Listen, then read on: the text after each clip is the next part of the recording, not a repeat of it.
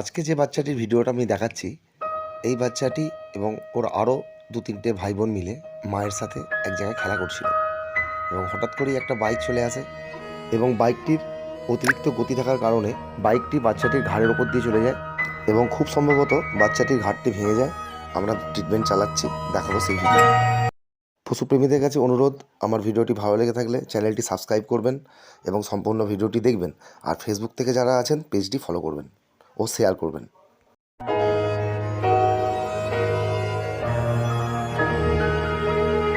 বাচ্চাটির মারাত্মকভাবে ঘাড়ে চোট হয়েছে।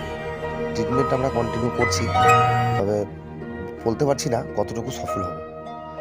আর যারা এইভাবে স্পিডে গাড়ি চালান তাদের কাছে একটাই অনুরোধ করব, আমি জানি আপনারা অনেক দাম দিয়ে এত দামি বাইক কিনেছেন রাস্তাতে চালাবার জন্য, কিন্তু গ্রামেগঞ্জের রাস্তা একটু লক্ষ্য করে গাড়ি চালান।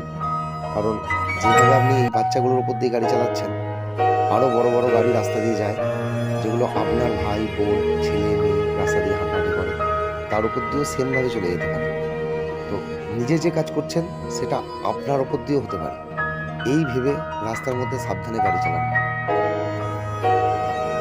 কারণ এখন অনেক ছোটো ছোটো বাচ্চা রাস্তা দিয়ে হাঁটাহাঁটি করে, এদের ক্ষমতা নেই আপনাকে প্রতিরোধ করা। তো আপনি একটু চোখ কান খুলে রেখে গাড়ি চালাবেন, এটাই অনুরোধ।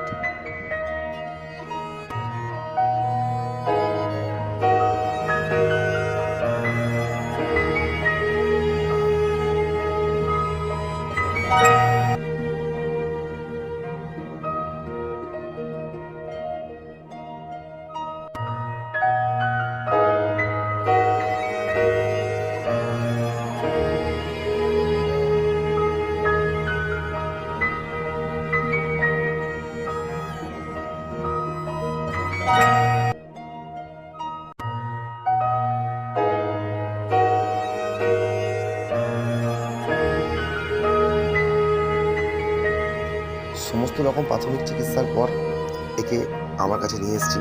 আপাতত আমার কাছে একে শেল্টার দিলাম। তো সকাল হলে বাকি কিছু করার ব্যবস্থা করতে পারবো। আপাতত এইটুকুই ট্রিটমেন্টও করলাম। প্রার্থনা করবেন যেন তাড়াতাড়ি সুস্থ হয়ে যায় এবং কোনো ক্ষতি না হয়। ভালো লেগে থাকলে ভিডিওটি শেয়ার করবেন এবং আমার পেজ বা প্রোফাইল সাবস্ক্রাইব বা ফলো করবেন। ধন্যবাদ। যারা আমার ভিডিও রেগুলার দেখেন তারা প্রত্যেকেই জানেন আমি পার্টিকুলার কোনো এরিয়া জুড়ে ট্রিটমেন্ট করি না, যেখানেই যাই মেডিসিন ক্যারি করি। তো অ্যাটে মেডিসিন জোগাড় করা আমার পক্ষে সম্ভব হয় না। তো যদি আপনারা কেউ হেল্প করতে চান, হেল্প করতে পারেন। ধন্যবাদ।